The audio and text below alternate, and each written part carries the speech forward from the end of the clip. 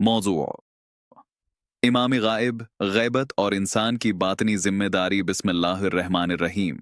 इमाम गायब का तसव्वुर महज एक तारीखी अकीदा नहीं बल्कि एक जिंदा, जारी और रूहानी हकीकत है। ये ख्याल कि इमाम कहीं दौर प्रदाज गैब में हैं और एक दिन अचानक जाहिर होंगे, असल मसले को छिपा देता है।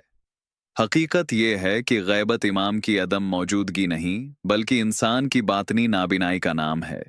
इमाम गायब नहीं हुए, हमने अपनी वो आंखें खो दी हैं जो दिल से देखती हैं। इसीलिए इमाम का ज़ुहूर कोई अचानक तारीखी वाक़या नहीं बल्कि रोज़ बरोज़ मोमिन के शूर में वक़ूआ पज़ीर होने वाला अमल है। जितना दिल बीदार होता है इतना ही इमाम करीब आते हैं। यहाँ असल बुनियाद विलायत है। नबुव्वत शरीयत को मुकम्मल करती है और विलायत इस शरीयत के बातनी मानी को आश्कार करती है। वलायत दिल का इल्म है, तजल्ली का इदराक है और इंसान को इंसान कामिल की तरफ ले जाने वाला रास्ता है। इसी वजह से इमाम कोई नई किताब या नया कानून नहीं लाते बल्कि तमाम वहवों के पोशीदा मानी को जाहिर करते हैं। इमाम और इंसान दरअसल एक ही राज के दो रख हैं। इमाम विलायत का कामिल ज़ुहूर हैं और इंसान इस विलायत का अमकान रखता है।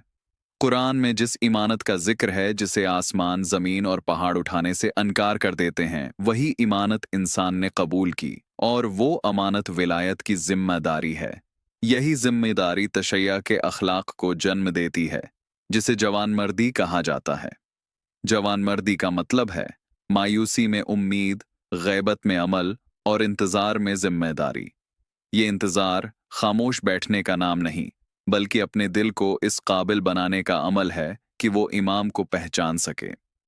और क़यामत महज आखिरी दिन नहीं बल्कि इंसान की बातनी तब्दीली है, शूर की तकमील है और रूहानी वहदत का ज़ुहूर है। इमाम का ज़ुहूर इसी बातनी क़यामत का आगाज़ है।